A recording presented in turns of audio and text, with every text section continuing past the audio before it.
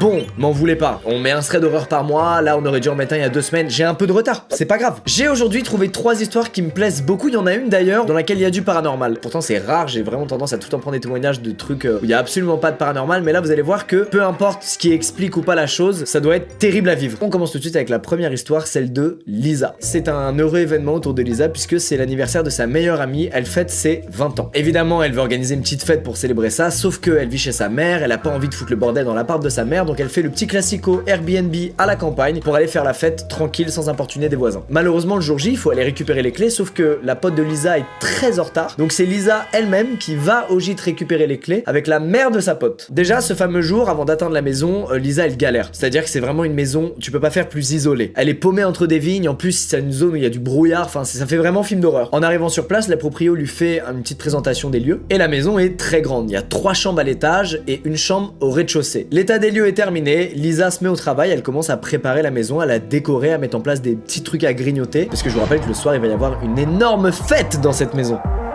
Non. Quelques heures plus tard, la pote de Lisa arrive et elle devait arriver avec plein d'invités, tu sais, un peu en mode soirée américaine. Elle arrive avec une seule amie et malheureusement tous les autres invités ont décommandé. Petite clim, l'ambiance n'est pas ce qu'elle aurait dû être, mais bon, quand même, une maison de campagne, à 3, c'est quand même le kiff. Ça met de la musique à fond, ça se sert des petits verres, ça fume des trucs, et donc Lisa et ses 2 amis décident d'ouvrir une fenêtre. Mais elle laisse quand même le volet à moitié fermé, elle laisse le crochet du volet. Le temps passe et nos 3 amis ont très faim. Malheureusement, la maison est vachement isolée, donc il n'y a aucun livreur qui vient jusqu'ici. Donc les 2 copines de Lisa décident d'aller au KFC, ce qui arrange fortement Lisa, étant donné qu'elle avait pas envie de bouger de la maison, puisqu'elle se sent pas très bien, elle a mal au crâne, il y a peut-être un truc qu'elle a fumé qui réagit mal dans son corps. Lisa est donc seule dans la maison et elle décide d'aller au premier étage se démaquiller dans l'une des salles de bain des chambres. Pendant qu'elle se démaquille, elle entend du bruit venir du rez-de-chaussée.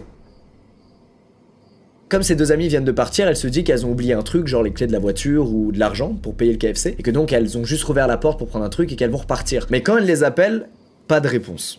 Alors là, elle se dit, bon, il y a dû avoir un courant d'air, du bruit, et en fait, c'était pas mes potes, elles sont bel et bien parties, elles ont rien oublié au rez-de-chaussée. Lisa finit de se démaquiller, puis elle descend au rez-de-chaussée, et avant de se poser, elle décide de ranger un peu, parce que c'est quand même pas mal le bordel, et elle réalise que il fait froid, bordel. Et qu'en fait, elles ont laissé la fenêtre ouverte depuis tout ce temps, sauf qu'on est fin novembre, ça caille. Elle s'approche donc de la fenêtre pour la fermer, et là, elle voit que le crochet du volet a sauté. Ça lui met un petit coup de pression et elle se dit bon, je suis fatiguée et surtout j'ai fumé, donc ça se trouve je suis en train de me faire des idées, d'imaginer des trucs. Dans le doute, elle envoie un message à ses copines pour leur dire de se dépêcher et elle commence à inspecter la maison pièce par pièce pour être sûre qu'il y a personne. Elle est en plein bad en fait, elle a fumé, elle bad et elle se rend compte que malheureusement le message qu'elle a envoyé à ses copines pour leur dire de se dépêcher n'est jamais parti puisque la maison est très isolée et qu'il y a très peu de réseau. Elle inspecte donc toutes les pièces une à une, bon pas chaque recoin mais elle ouvre toutes les portes, elle regarde globalement et bonne nouvelle, il y a personne. En arrivant dans sa chambre, elle constate que ses affaires sont en bordel. Parmi ses affaires se trouve un déodorant et elle explique qu'elle a un petit toc, elle peut pas s'empêcher quand elle voit son déo d'en mettre.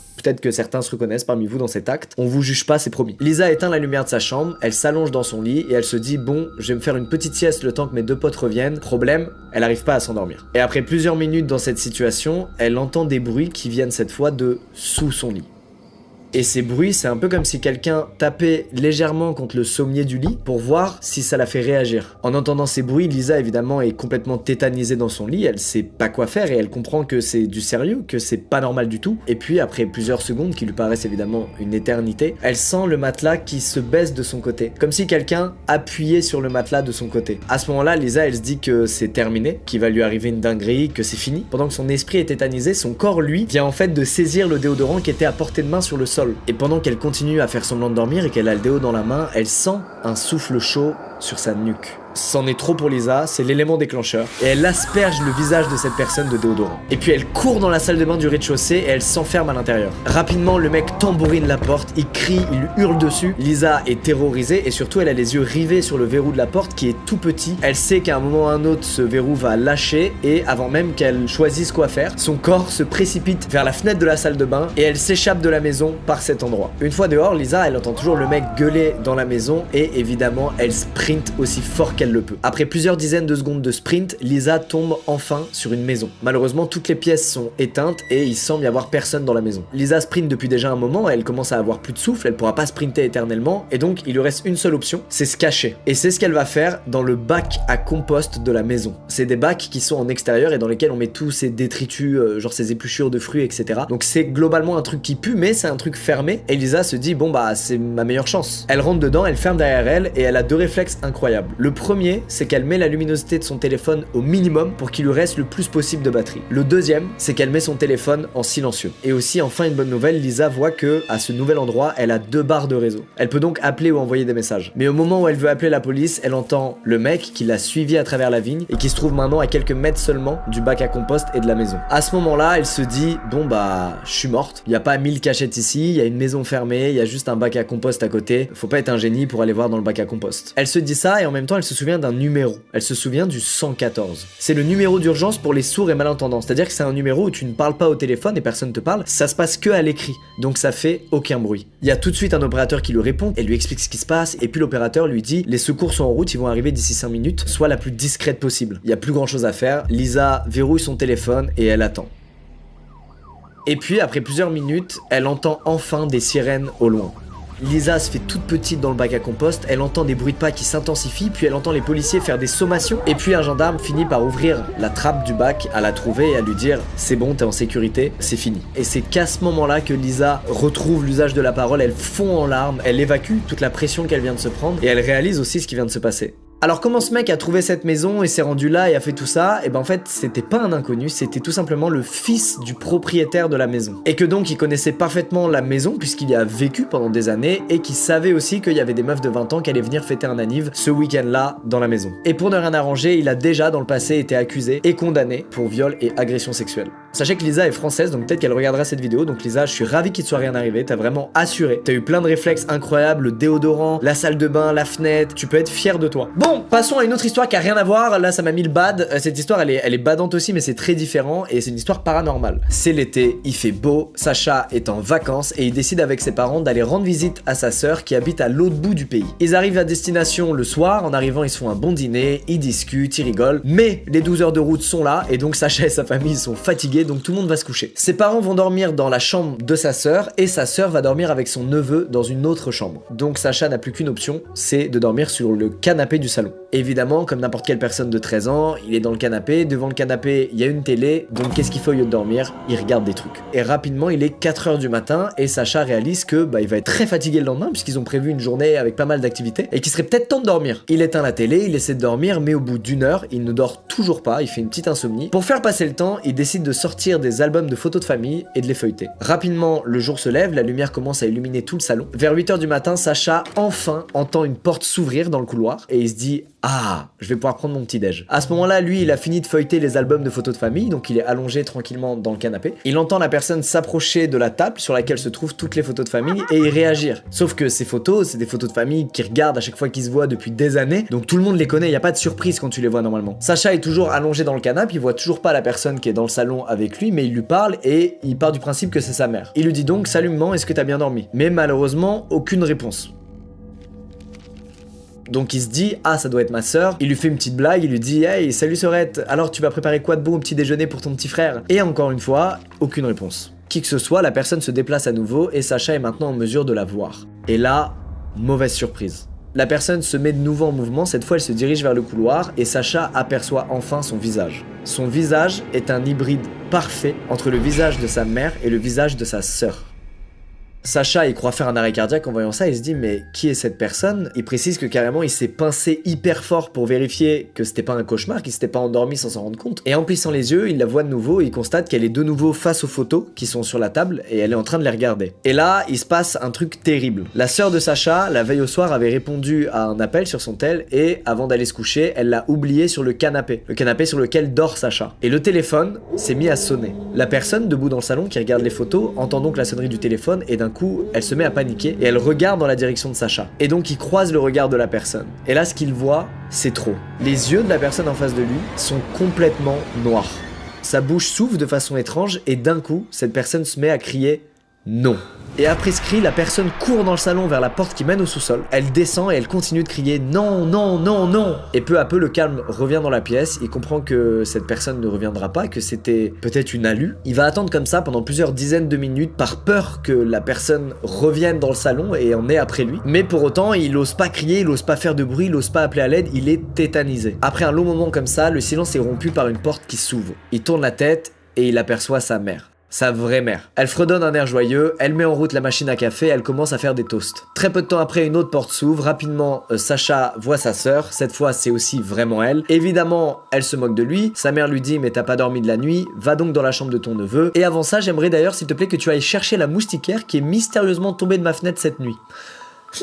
Sacha se dirige vers la chambre de son neveu et dans le couloir, il y a plein de photos de famille sur les murs et en les regardant, il voit qu'elles ont toutes changer de place. Il trouve ça super chelou, pour lui c'est clairement une preuve de ce qui s'est passé cette nuit-là. Il a tout de même demandé à sa sœur d'aller checker le sous-sol, d'aller voir s'il y avait rien, ce que sa sœur a fait. Évidemment, il y avait rien. Évidemment, ce jour-là, Sacha n'a pas dormi une seule seconde, il était terrorisé, il repensait à ce qu'il venait de vivre, il se disait mais qu'est-ce que c'est que ce merdier? Il explique en tout cas qu'il a jamais eu d'explication rationnelle à ça. En premier lieu, on se dit bon bah il a fait une énorme terreur nocturne, il a fait une paralysie du sommeil, mais en même temps, j'ai creusé, je suis tombé sur d'autres histoires très similaires mais qui se passent pas en pleine nuit et qui ont pas lieu quand la personne essaie de s'endormir. Il y a effectivement pas mal de gens qui racontent qu'ils ont croisé à un moment donné une personne avec les yeux tout noirs, avec un regard méchant, et c'était une rencontre un peu anodine où la personne est, dans un premier temps, est pas méchante, et puis il y a un élément où elle se braque et elle a l'air en colère, et il y a pas mal de gens qui ont croisé ce genre de truc, des gens aux yeux noirs. Faites des recherches là-dessus si vous voulez, ça fait très peur, c'est pas du tout rassurant, et pour cette raison on va passer à l'histoire d'après, on va arrêter de parler de celle-ci, voilà. La prochaine et dernière histoire, c'est celle de Valentine, et c'est un truc qui lui est arrivé quand elle avait 17 ans, et qui j'espère ne vous arrivera jamais. À l'époque, Valentine habite dans un campus universitaire en coloc avec deux autres personnes qu'elle appellera dans cette histoire Polly et Alex. Ce jour-là, c'est la fin des cours, elle rentre chez elle, il est 17h30, et en arrivant en bas de son bâtiment, elle voit un mec attendre.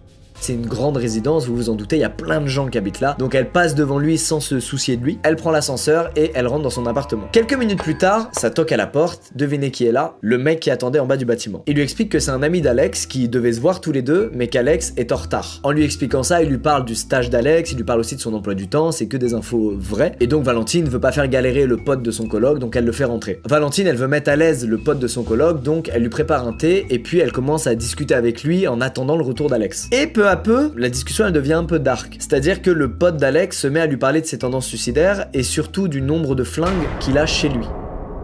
Immédiatement, elle trouve ça chelou pour un Français d'avoir des armes chez lui, vu qu'on n'est pas aux États-Unis. Ça se fait pas comme ça d'avoir des armes chez soi. Bref, plus la discussion continue, moins Valentine est à l'aise. À tel point qu'à un moment, elle prend son téléphone et qu'elle envoie discrètement un message à Alex pour lui dire dépêche-toi de rentrer, il y a ton ami qui est là et il me met grave mal à l'aise. Quelques minutes plus tard, Alex lui répond en lui disant que il a pas d'amis creepy, donc il lui demande de prendre une photo de ce fameux ami pour vérifier qui il est. Valentine prend discrètement en photo le mec, elle l'envoie à Alex et Alex répond juste écoute, je fais au plus vite, j'arrive. Quelques minutes plus tard, Alex est déjà là, il toque, il rentre dans l'appartement, il dit bonjour à son pote, et là, il y a une minute où ça discute pas. Personne ne parle. Et pendant ce long silence gênant, Valentine reçoit un message d'Alex qui lui dit je connais pas ce mec. Ce n'est pas mon ami. Valentine pense qu'Alex lui fait une blague, elle lève la tête, elle le regarde, et en voyant sa tête, elle réalise qu'il blague pas du tout.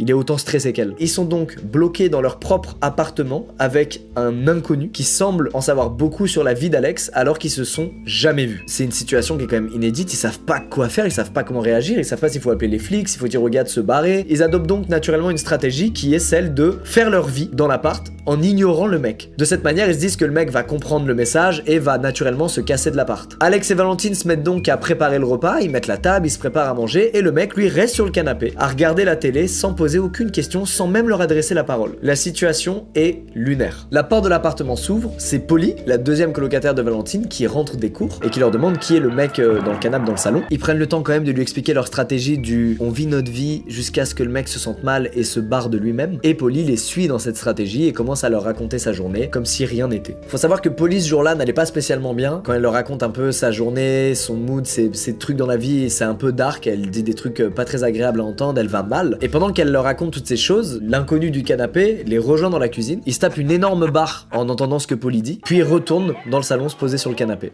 C'en est trop pour Alex qui dit à Valentine et Polly de se barrer de l'appart pendant qu'il va gérer ce mec en fait et lui dire de se casser. Valentine et Polly s'exécutent, elles font semblant de rejoindre des amis pour dîner. Alex lui retourne dans le salon, il va donc le voir, il la joue cool, il lui dit écoute frérot viens on se voit demain, moi je vais me coucher, le mieux c'est que tu rentres chez toi. Et l'inconnu lui dit j'attends les filles. Là pour Alex c'est trop, c'est vraiment trop bizarre et donc il monte un peu dans les tours et lui dit écoute mec, maintenant je te le dis, tu rentres chez toi parce que là je vais dormir. Donc c'est pas une question, c'est genre un ordre. Miracle, le mec s'exécute, il sort de l'appartement, il descend les escaliers et sur sa route, il croise Valentine et Polly qui sont rentrés un peu plus tôt que prévu à l'appartement et qui surtout s'inquiétaient pour Alex. Et donc en croisant le mec leur fait un grand sourire bien creepy et puis il continue de descendre les marches et il disparaît. Valentine et Polly sont de retour dans l'appart, elles se précipitent vers Alex et lui disent « Alors c'était qui? Comment ça se fait qu'il connaissait ton prénom, qu'il connaissait ton emploi du temps, qu'il avait ton adresse? Enfin c'est qui ce mec ?» Malheureusement, aucun de nos amis n'est capable de répondre à ces questions, personne comprend qui était ce mec et comment il a fait pour avoir toutes ces infos. Et en fait, ils vont juste en tirer une conclusion, c'est bah vas-y maintenant, personne fait rentrer dans le bâtiment quelqu'un qu'il ne connaît pas, même s'il dit que c'est un pote d'un autre machin. Voilà, on la joue safe à 100%, faites gaffe. 2 semaines plus tard, Polly est dans sa chambre et en regardant par sa fenêtre, elle aperçoit une voiture rouge garée sur le parking de la résidence et au volant de cette voiture rouge, vous vous en doutez, c'est ce fameux mec. Polly note immédiatement la plaque de la voiture sur une feuille et rapidement ça toque à la porte et c'est le mec qui est monté. Évidemment elle ouvre pas la porte, elle lui parle à travers la porte et le mec lui ressort le même bullshit que 2 semaines plus tôt. Il lui dit ouais je suis un ami d'Alex, on devait se voir, blablabla. Cette fois Polly s'énerve et lui dit écoute mec si tu t'es pas barré dans 5 minutes j'appelle les flics et on va porter plainte. Et devinez quoi, il a pas insisté, il s'est cassé et elles ne l'ont jamais revu. En revanche, quelques semaines plus tard, Alex a réussi à élucider le mystère. En fait, à l'époque, il avait l'habitude d'aller jouer dans un cybercafé. Et il s'est souvenu 4 semaines plus tard qu'un jour, il a aperçu ce mec dans ce cybercafé. Il l'a aperçu et même plus que ça, Alex était en train de jouer, il tryhardait, et il y a un mec qui s'est assis à côté de lui et qui a commencé à lui parler, et c'était ce mec. Il s'en est souvenu que quelques semaines plus tard. Et donc il pense qu'en fait, le mec a fait un blocage sur lui, que c'était un stalker, et qu'il l'a suivi pendant des jours et des jours, pour connaître les lieux où il allait, ses déplacements, son emploi du temps, et pour pouvoir se rapprocher de lui. En tout cas, en réalisant ça, Alex, Polly et Valentine ont bien évidemment méga badé et ils ont déménagé 2 mois plus tard par sécurité pour à tout prix ne pas recroiser la route de ce mec qui, je vous le rappelle, avait dit à Valentine qu'il a chez lui plein de flingues. C'est bon. Bref, je trouve ça fou la situation dans laquelle ils sont retrouvés à avoir un inconnu chez toi, à pas oser lui dire dégage, tu es qui, à subir la situation alors que c'est potentiellement un mec très dangereux. Et c'est terrible parce que c'est souvent une strate des mecs creepy de se faire passer pour un ami d'un ami et du coup tu le connais pas mais comme c'est l'ami d'un ami t'as pas envie de le mettre mal donc tu le mets à l'aise, tu le fais rentrer. C'est un truc assez classique de gens polis en fait. Bref, c'est la fin de ce thread d'horreur, j'espère qu'il vous a plu. La première histoire est vraiment de très loin la pire, je trouve elle est horrible. Je vous rappelle que Public est disponible partout sur le web et en librairie à partir du 31 mars, pas cette version, c'est la version verte, la version librairie. Je sais que vous avez rien compris à mon explication du début, voilà, je le rappelle. Pour ceux qui n'en ont pas entendu parler, c'est 3 histoires d'horreur originales que j'ai écrites avec des amis et qui ont été illustrées par 3 dessinateurs différents. Diane Fayol, Vladimir Rosvac et Julien Lelièvre. Voilà, j'espère qu'elles vous plairont. Faites-moi un feedback si vous chopez la BD. Et bientôt, comme j'ai dit, thread d'horreur IRL 2, il est déjà tourné, j'ai hâte de vous le présenter. Merci à vous d'avoir regardé le thread d'horreur. Sachez que Clément m'engueule depuis 2 ans parce que quand je fais ça, mes mains sont hors fond vert. Clément, pardonne-moi. Bref, prenez soin de vous, on se retrouve bientôt dans d'autres formats, d'autres vidéos, et fiez-vous à votre instinct, n'est-ce pas? Plein de bonnes choses, bisous, les squeezos. Mouah, vous l'avez pas vu? Celui-là a été sauvage. Hop là, ça fait un mois qu'on n'a pas vu le décor. 3 histoires d'horreur aujourd'hui, j'ai la voix un petit peu granuleuse. Est-ce un problème? On va devoir faire avec, cette question n'a aucun intérêt. J'avais adoré les 3 histoires de la dernière fois parce que les personnes qui étaient menaçantes, on en apprenait plus sur elles à la fin de l'histoire. On savait qui elles étaient, pourquoi elles étaient là, etc. C'était vraiment chouette. Et devinez quoi, aujourd'hui ce sera aussi le cas. Elles sont vraiment pas mal, rassurez-vous, tout le monde va bien. Comme d'habitude, je me permettrai pas de raconter une histoire où la personne finit mal à la fin. Mais encore une fois, elles ont été confrontées à des personnes dont on n'aimerait pas croiser le chemin. C'est parti, on commence avec la première histoire, celle d'Isaac. À l'époque, il est en coloc avec un mec plus vieux que lui qui s'appelle François et qui est policier. Dans la coloc, Isaac dort dans le canapé lit du salon et François lui dort dans la seule chambre de l'appartement. François bosse la journée ou le soir, Isaac bosse de chez lui et tout va bien. Mais Isaac il a des petits problèmes de sommeil. Et ce soir-là, il tape l'insomnie de sa vie, c'est-à-dire qu'il dort 0 minutes. Une insomnie relou où d'un coup tu regardes à travers la fenêtre et il fait jour et tu te dis putain j'ai une journée de taf, j'ai dormi 0 minutes, comment je vais faire? Il part de son appartement pour aller acheter une boisson énergisante. En rentrant chez lui, prêt à boire sa merveilleuse boisson énergisante, n'est-ce pas, il voit que la porte de la chambre de son coloc est toujours fermée. Et c'est bizarre parce que François est policier et devrait déjà être parti au travail à cette heure-là. Isaac en tire une conclusion évidente, François est malade, il a dû se réveiller dans le mal avec une nausée ou je sais pas quoi, appeler le travail pour les prévenir et il s'est rendormi, bref des trucs qui arrivent. Et en ouvrant la porte, il découvre que les volets de la la chambre sont fermées et que François est bel et bien allongé dans son lit, le front qui dépasse de la couette. Isaac retourne dans le salon, il sort son PC et il se met à bosser. Il est maintenant 14h et François est toujours pas sorti de sa chambre depuis ce matin, donc il a l'air d'être vraiment très malade. Le temps passe et Isaac il est de plus en plus fatigué parce que je vous rappelle qu'il a pas dormi de la nuit et donc il décide de faire une petite sieste parce qu'il arrive plus à bosser à cause de la fatigue. Il se réveille aux alentours de 16h, il regarde en direction de la chambre de François et la porte est toujours fermée. Le temps passe, les heures passent, et il est maintenant 22h. Isaac est complètement KO à cause de la nuit blanche qui vient de passer et il décide d'aller prendre des news de François. Mais au moment où il se lève du canapé pour aller vers la chambre, quelqu'un frappe à la porte d'entrée. Isaac s'approche de la porte et arrivé devant la porte, il entend quelqu'un mettre des clés dans la serrure. Isaac il est figé devant la porte, il comprend pas. Il se dit mais attends, qui est en train de rentrer dans l'appart là? La serrure se déverrouille et Isaac se retrouve face à François. Là évidemment gros blanc, François regarde Isaac en lui disant bah qu'est-ce que t'as frérot? Ça va? Ça fait 2 jours. Là Isaac réalise un truc très relou. Il y a 2 jours, François lui avait dit qu'il allait partir en week-end avec des amis. Sauf que c'est très rare que François prenne des vacances et Isaac il a oublié cette info. Il prend François par le bras, il se précipite hors de l'appart et il lui dit mec, qui est dans ton lit? François il prend très au sérieux l'histoire et malgré le fait qu'il ait pas son arme de service, il fonce dans l'appart. Isaac lui il reste sur le palier, il a du mal à réaliser ce qui se passe mais quand même il prend son téléphone et il appelle la police. La police lui explique qu'ils arrivent dans 10 minutes et lui demande de rester sur le palier avec François, maintenant que de toute façon ils sont hors de danger puisqu'ils ont enfermé l'inconnu dans leur appart. Mais cette instruction elle arrive un peu tard puisque François il est déjà dans l'appart à ce moment là. Du coup après avoir raccroché, Isaac il se dit est-ce que François va bien? Ou est-ce qu'il est en train de se frapper avec le mec du lit? Qu'est-ce qui se passe là-bas? Il rentre dans l'appartement, il va dans la chambre et là il découvre François qui vient d'assommer le mec qui dort avec la canette de boisson énergisante achetée le matin même par Isaac suite à son insomnie. Il a le visage creusé, des cernes énormes, il fait crade, bref c'est un mec pas beau à voir et c'est surtout un mec que ni François ni Isaac ne connaissent. La police arrive donc sur les lieux, elle rentre dans la chambre, elle tombe sur le mec assommé par une canette par François qui leur explique bon voilà il dort dans mon lit, je sais pas qui c'est, paf la canette quoi sur la tête. Ils lui mettent les menottes, ils l'embarquent, tout le monde va bien, y a pas de combat ou quoi, le gars a été assommé hein. Et ben écoutez c'était un mec activement recherché par la police pour vol et agression sexuelle. En fait il est rentré dans l'appart quand Isaac est allé acheter sa canette de boisson énergisante. Comme il pensait que François était dans l'appart, il a pas fermé à clé derrière lui et c'est à ce moment là que l'inconnu est venu et s'est immiscé dans le lit de François. Du coup si vous allez acheter une canette de boisson énergisante, peut-être vérifier la chambre du coloc avant, un petit coup d'œil. Ça me fait penser à un truc cette histoire, c'est que quand j'étais plus jeune, mon beau-père il fermait tout le temps à clé chez nous la journée. Et ça me saoulait de fou parce que moi je faisais plein de va-et-vient dehors pour voir des potes, des trucs et je lui disais mais pourquoi tu fermes? Et il me disait écoute Lucas, on sait jamais. Tu verras quand tu raconteras plein d'histoires flippantes là sur YouTube dans 10-15 ans, tu verras que j'avais raison. Et ben écoute Jean-François, tu avais raison.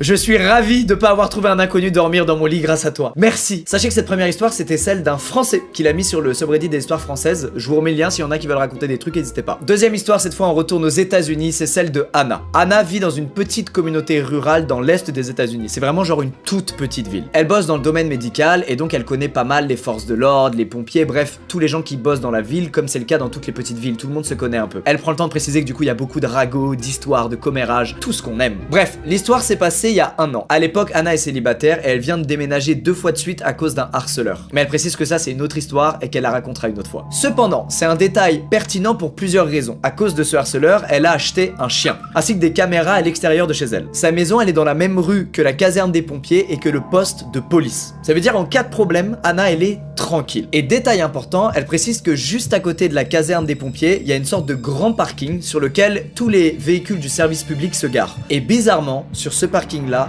il n'y a pas de caméra.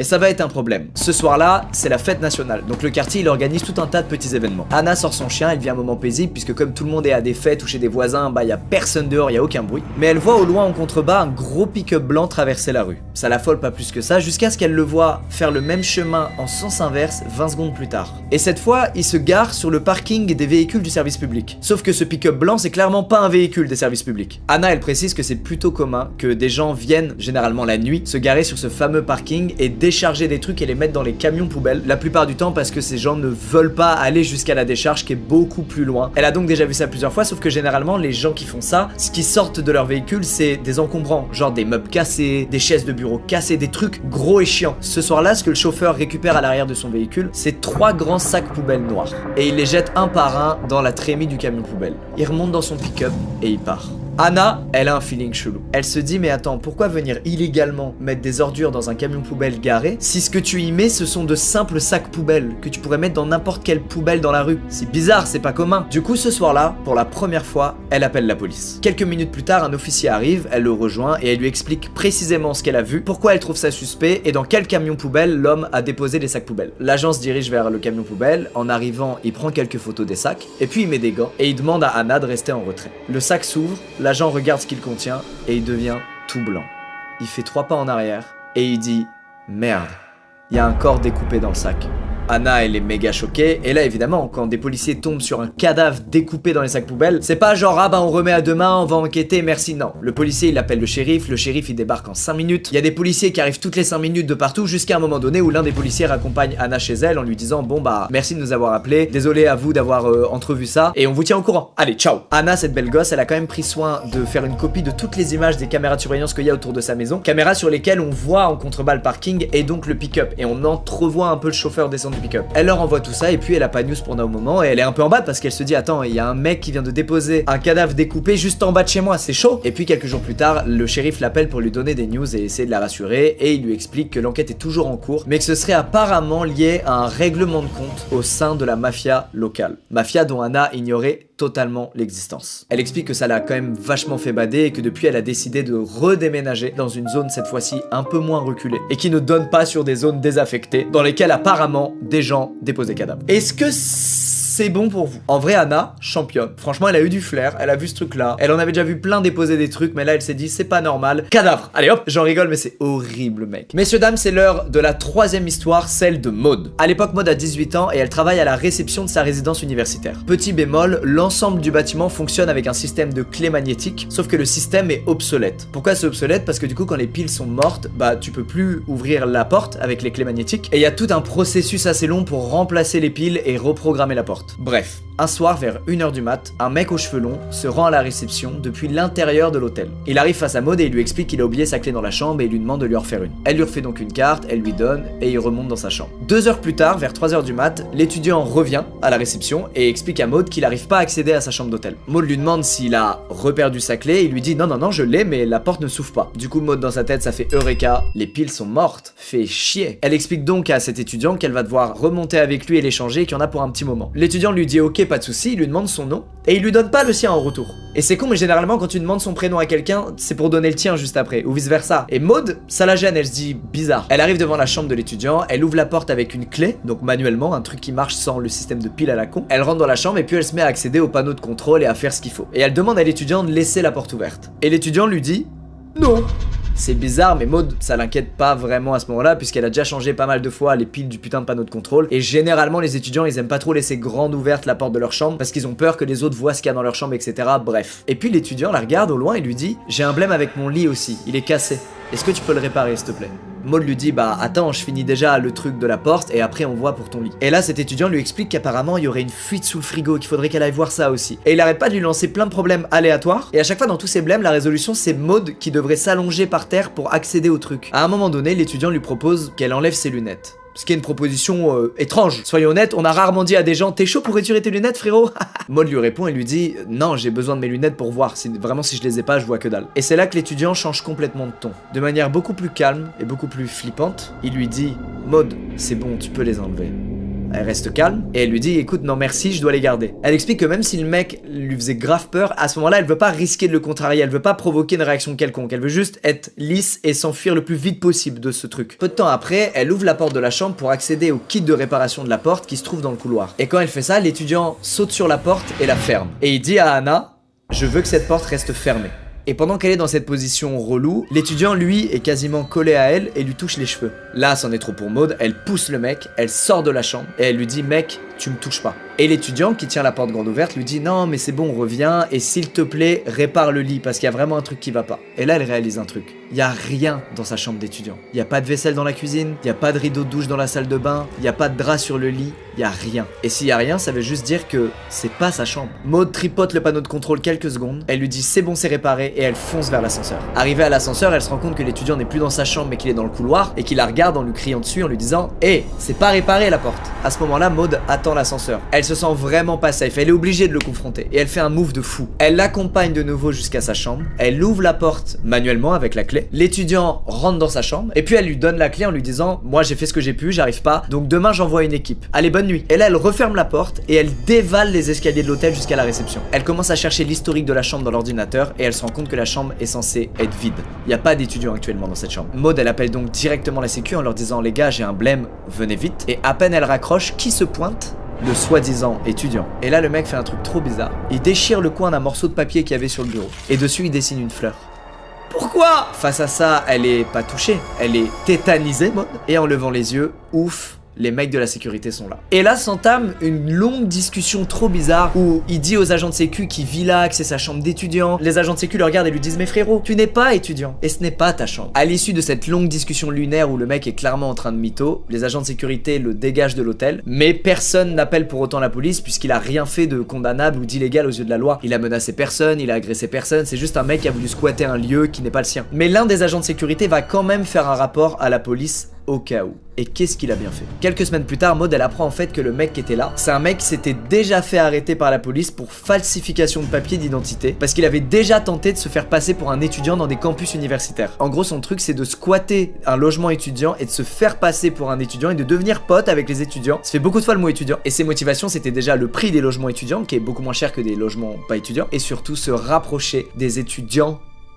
Messieurs, dames, c'est la fin de ce thread d'horreur. J'espère qu'il vous a plu. Pendant pas mal de temps, je me disais putain, ça doit être trop cool cette expérience de campus universitaire où tout le monde est dans sa chambre, il y a que des jeunes qui sont là pour étudier et kiffer. Ah, trop bien. Bah, je veux plus. Voilà, vous m'entendez? Je ne veux plus. Bref, je retourne lire plein d'histoires pour vous en raconter quelques-unes plus tard. Encore une fois, bonnes vacances, plein de bonnes choses, gros bisous. C'est ciao. J'ai pris des couleurs ou pas? Une petite note sur 10 par rapport à avant? Maintenant. Avant? Maintenant. Alors, déjà, comment allez-vous? J'ai plus l'habitude de vous parler là, ça fait longtemps de fou, ça me fait bizarre de parler à une caméra. Il y a une vidéo chaque semaine pendant le mois d'août, mais moi là, j'ai pas tourné depuis un mois. Un mois sans lire des histoires d'horreur. Comment j'ai bien dormi. Quoi de mieux que de reprendre le tournage des vidéos avec un thread horreur. Ah, je suis content, ça m'a manqué en vrai. Aujourd'hui, comme d'habitude, il y aura 3 histoires, 2 qui sont moyennes, longues, et une qui est plutôt courte, mais qui est vraiment incongrue. J'ai dit incongrue en vidéo, oui. En passant, on parle de moi là, mais j'espère que vous vous êtes bien reposé cet été, que vous avez bien kiffé, peu importe ce que vous avez fait, que vous soyez parti ou non, que vous soyez sorti ou non, que vous ayez joué aux jeux vidéo, que vous ayez fait du sport, j'en sais rien. Bref, j'espère que ça vous a fait méga du bien. Moi, c'est le cas, ça m'a ressourcé de malade, ça m'a vraiment fait du bien. Désolé, je suis dans l'euphorie, je prends des petites libertés là, je parle un peu plus que la normale au début de thread d'horreur, mais je suis vraiment content de retourner là, ça me fait plaisir, ça m'a manqué. Bref, on commence avec la première histoire, qui sera l'histoire incongrue. Elle est méga badante, vous allez voir, mais la chute est un peu genre cool. Je dirais pas que vous allez taper une barre devant la chute, mais vous allez faire Nani? Bref, cette première histoire, c'est celle de Marcus, et elle lui est arrivée il y a quelques années quand il rendait visite à un ami à lui à Cologne. Et dans la foulée, il se dit qu'il va en profiter pour se joindre à une réunion de son groupe de LARP. Là, vous vous dites comme moi en lisant l'histoire, mais c'est quoi LARP? Je comprends pas. Et pourtant, vous allez voir, c'est proche d'un truc que vous connaissez sûrement. En gros, imaginez un jeu Donjons et Dragons, vous savez, où tout le monde est autour d'une table, lance les dés, il y a un maître du jeu, on fait face à des situations, on prend des décisions, etc. Bah là, c'est la même chose, sauf que chaque personne autour de la table est déguisée et incarne vraiment le personnage qu'il joue dans le jeu. Bref, vous l'aurez compris, Marcus, il est fan de RP et il en fait d'ailleurs depuis qu'il a 14 ans. Et quand il a commencé à bien gagner sa vie, bah il a commencé à investir de l'argent dans ses costumes, dans son RP, et ça fait de lui un joueur assez important de RP. Il est bon là-dedans, c'est son délire. Bref, Marcus va donc à cette soirée RP à laquelle il va jouer à ce jeu avec ses amis, et puis à la fin de la soirée, il a toujours son déguisement. Et à ce moment précis, il doit rentrer chez lui et donc traverser la ville en chevalier médiéval. C'est pas un plan de ouf quoi en termes de discrétion, t'attires bien l'attention à une heure où t'as vraiment envie d'être invisible, c'est chiant. Il décide donc de se changer avant de partir de cette soirée pour redevenir un simple civil dans les rues de Cologne, sauf que toute la tenue ne rentre pas dans son sac. Il garde donc sur lui un bout de pantalon, un bout de tunique, enfin il garde quelques trucs qui rentrent vraiment pas dans son sac et il se dit bon ça fera le taf, je suis globalement beaucoup plus discret que quand j'avais la full tenue de chevalier médiéval. Marcus prend le bus, le Noctilien, pour rentrer chez lui, et dans le bus il remarque un mec qui le guette pas mal du coin de l'œil, mais il se dit bon si les rôles étaient inversés il ferait la même, il regarderait l'autre en se disant mais qu'est-ce que ce mec fout avec des bouts de tunique, un pantalon déchiré bizarre, on est où là? Quelques arrêts plus tard, Marcus descend du bus et cet inconnu descend à la même station que lui. Marcus est bientôt arrivé chez lui, enfin chez lui, chez son ami qui l'héberge, à qui il rendait visite à la base en allant à Cologne, mais il a faim et il se dit que ce serait peut-être cool de taper son meilleur kebab avec son pote avant de rentrer dormir. Il décide donc de l'appeler et il lui demande de le rejoindre. Marcus arrive en premier au kebab et il attend. Et pendant l'attente, il regarde au loin et il aperçoit une nouvelle fois ce fameux mec qui était dans le bus avec lui et qui cette fois marche tout droit vers lui. Mais Marcus il se dit bon bah le mec rentre chez lui, il vient vers moi mais en même temps je suis dos à une rue donc je vais juste me décaler contre le mur et puis il va rentrer chez lui, voilà et fin de l'histoire. Sauf qu'au moment où il se décale, l'inconnu lui attrape le bras, il sort un couteau, il lui dit en le regardant dans les yeux je veux ton portefeuille, ton sac et ton téléphone.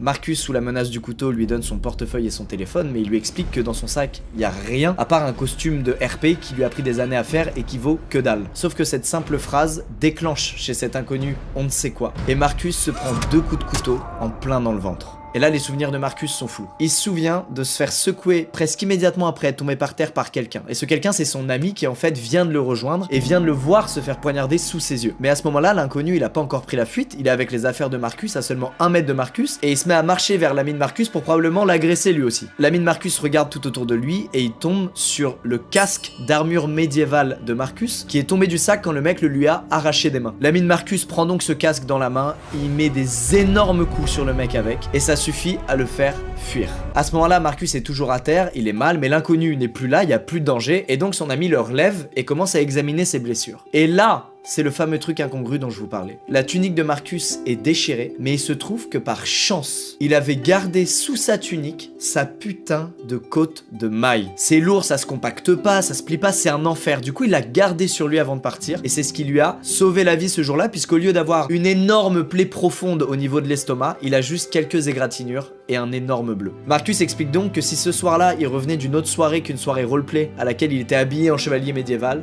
il serait mort pour avoir voulu dire au gars que ça servait à rien de voler son sac qui contenait des costumes en mousse. C'est incroyable la chance qu'il a eu. Voilà, c'était le petit truc incongru dont je voulais vous parler en premier. Ça nous fait extrêmement bader, mais ça finit bien, le hasard est un peu improbable. Bref, je vais faire du RP moi, c'est sûr. Messieurs dames, il est temps de passer à la deuxième histoire, et alors là, accrochez-vous. Je crois qu'on n'a pas encore eu ce cas de figure là. C'est l'histoire de Zoé, et c'est une histoire qui a été postée sur le Let's Not Meet FR. Et elle est incroyable, merci Zoé d'avoir pris le temps de la raconter. Tout d'abord, contexte. Zoé a 20 ans. Elle habite en banlieue dans une petite résidence de 6 maisons qui sont unies par une petite cour. Cette petite cour est censée être protégée par un portail, sauf qu'il est extrêmement souvent cassé, et ce jour-là, devinez quoi? Il l'était. C'est-à-dire qu'il n'y avait pas besoin de la clé du portail pour pouvoir l'ouvrir, puisqu'il était juste grand ouvert. La maison de Zoé, c'est un rez-de-chaussée et un étage. À l'étage, il y a 4 chambres, dont la chambre de Zoé, et au rez-de-chaussée, il y a une chambre d'amis transformée en chambre de soins. Pourquoi en chambre de soins? Parce que Zoé explique qu'elle a des gros problèmes de santé, et que depuis toujours, elle reçoit la visite d'infirmières dans une pièce dédiée à ça, dans laquelle est rangé donc tout le matériel dont les infirmières ont besoin, les médicaments, bref, c'est là où se déroulent les soins dont Zoé a besoin. Dans cette maison se trouve aussi le chien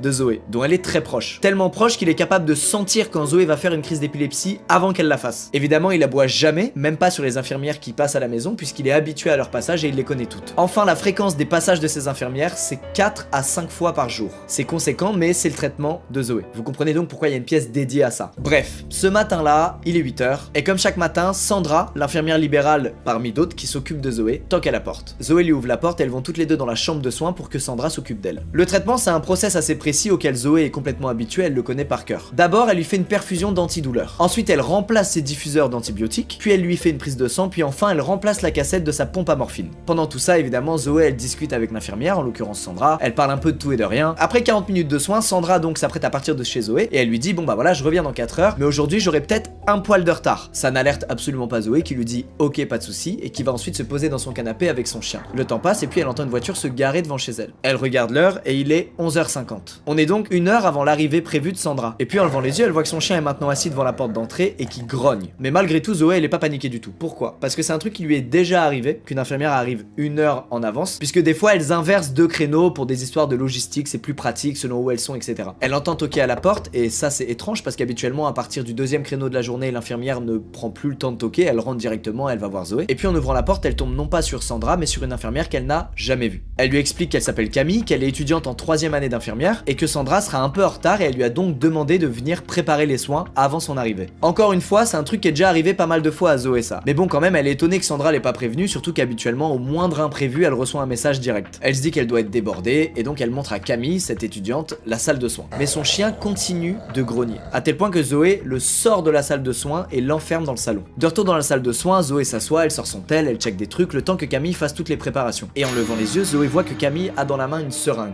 Alors, pour vous et moi, oui, il y a rien d'anormal, mais pas pour Zoé. Zoé, elle connaît par cœur le process de ses soins. Il commence systématiquement par l'ouverture d'une seringue neuve, pré-remplie de sérum physiologique, à l'aide de laquelle l'infirmière rince son cathéter central. Là, la seringue que Camille a dans la main, c'est pas une seringue qui vient d'être déballée, c'est une seringue dans laquelle elle vient de mettre quelque chose, Camille. En tournant la tête, elle voit les ampoules qu'on utilise pour lui injecter son traitement, et ces ampoules ne sont pas ouvertes. Camille s'approche d'elle pour lui injecter le contenu de la seringue, et au même moment, Zoé reçoit un message de Sandra. Un message dans lequel elle lui dit qu'elle arrive dans 5 minutes, et dans lequel elle lui demande de sortir les affaires pour qu'elle gagne du temps. Zoé comprend immédiatement ce qui se passe. Pourquoi Sandra lui demanderait de sortir les affaires après avoir envoyé une apprentie infirmière le faire pour elle? Ça n'a aucun sens. La personne dans sa salle de soins n'a en aucun cas été envoyée par Sandra ou une autre infirmière. Zoé se lève, elle regarde Camille dans les yeux et elle lui dit « Je dois urgemment aller aux toilettes, j'arrive ». Elle ouvre la porte du salon pour que son chien puisse la rejoindre et elle va s'enfermer dans les toilettes avec son chien. Quelques secondes plus tard, elle entend sa porte d'entrée claquer. Et puis, le silence. Plus un bruit dans la maison. Et quelques minutes plus tard, elle entend une nouvelle fois sa porte d'entrée claquer. Puis elle entend Sandra qui l'appelle au loin en lui demandant si tout va bien.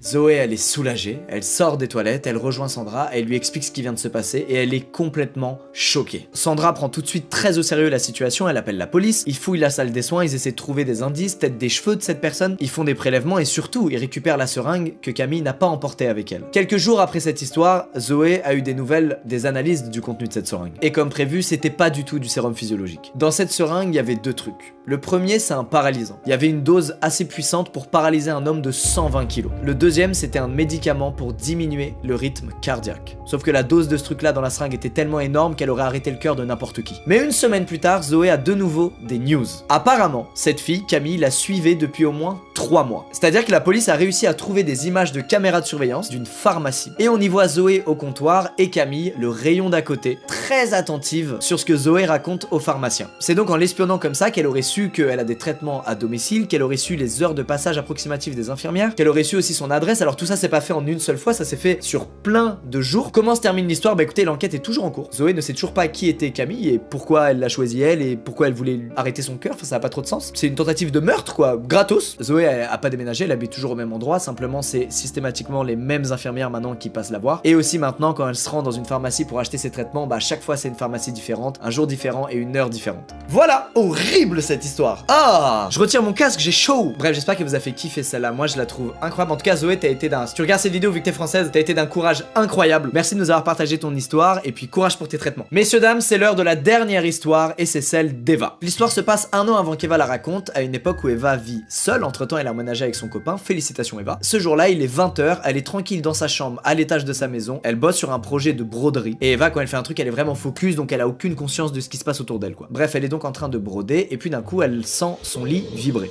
Rassurez-vous, rien de paranormal, c'est juste que sa chambre est au-dessus de la porte d'entrée de la maison. Et donc à chaque fois que quelqu'un ferme cette porte d'entrée, ça fait vibrer le cadre du lit d'Eva. Alors ça l'alarme pas du tout, pourquoi? Parce que même si elle vit seule, son copain vient très fréquemment la voir chez elle. Et quand il vient la voir, il fait un peu comme s'ils vivaient ensemble, c'est-à-dire qu'il toque pas, il sonne pas, il la prévient pas. Il rentre, il ferme la porte, il se pose dans le salon et il attend qu'Eva descende pour le voir. Bref, ce jour-là, Eva est vraiment plongée dans sa broderie et il lui faut 5 bonnes minutes avant de descendre au rez-de-chaussée dire bonjour à son compagnon. Elle sort donc de sa chambre, elle est en haut des escaliers et en regardant au rez-de-chaussée, elle voit que sur le porte-manteau, il y a pas la veste de son mec. Pourtant, systématiquement, quand son mec vient chez elle, il retire sa veste et ses pompes. Immédiatement, elle comprend qu'elle a dû rêver et elle retourne dans sa chambre pour continuer sa broderie. Au moment de remettre ses AirPods, elle entend un énorme bruit venir du rez-de-chaussée. Immédiatement, Eva panique, elle retourne à l'entrée de sa chambre et elle crie le nom de son petit ami pour savoir si tout va bien. Malheureusement, aucune réponse. Ou plutôt, pas la réponse espérée. Ce qu'elle entend en retour, c'est des bruits de pas se diriger vers sa porte d'entrée, qui fait face aux escaliers. Elle a donc tout de suite un très mauvais pressentiment, elle retourne très discrètement mais très rapidement dans sa chambre prendre son portable, et puis elle va s'enfermer dans sa salle de bain à l'étage. Aussitôt, Eva appelle la police. Elle est sur le point de leur donner son adresse lorsqu'elle entend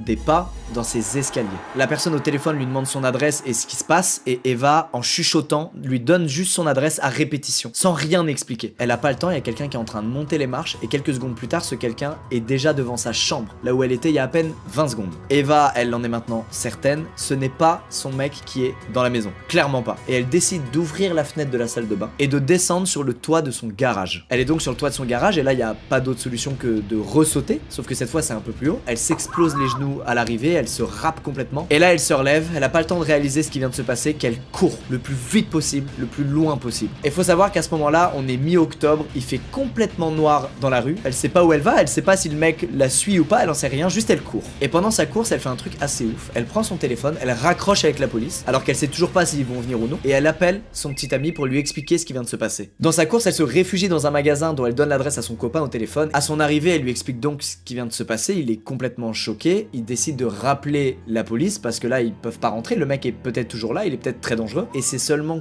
15 minutes plus tard, 15 longues minutes plus tard, qu'une patrouille arrive à la maison. Autant vous dire que ces 15 minutes, si Eva était restée dans la salle salle de bain, ça l'aurait pas fait. 5 minutes après leur arrivée, la police rappelle le mec d'Eva pour lui expliquer un peu ce qu'ils ont découvert dans la maison. Déjà en arrivant, la porte d'entrée était grande ouverte. Et dans le salon, la grande table basse avait été complètement renversée. C'était ça le fameux gros bruit qu'Eva a entendu quand elle était à l'étage. À l'étage, la porte de la salle de bain, elle a été enfoncée tellement fort que le cadre de la porte lui-même s'est barré du truc. En revanche, la maison n'a pas été fouillée et rien n'a été volé. Après avoir eu ces explications, Eva et son mec ont bien sûr pu retourner à leur maison, avec les policiers toujours présents sur place évidemment. Une équipe d'ambulance a été appelée, Eva s'est fait examiner, elle s'est fait un peu soigner ses genoux, compris cher dans sa chute, et Eva a réalisé que c'était peut-être très dangereux de laisser ouvert sa porte pour que son mec puisse la rejoindre quand il veut. Et que peut-être il aurait fallu la fermer à clé constamment et lui donner un double des clés. Mais d'un autre côté, elle vit dans une toute petite ville dans laquelle il se passe vraiment rien, et des trucs comme ça, c'était jamais arrivé. Les 2 semaines qui suivent, évidemment, le mec d'Eva a littéralement habité chez elle. Normal. Et ils ont eu des news, ils ont eu le fin mot de l'histoire. La police a pu checker toutes les caméras de surveillance du quartier. Et sur ces caméras de surveillance, on voit un mec essayer de rentrer dans 2 maisons avant de rentrer dans celle d'Eva. Parce qu'elle avait pas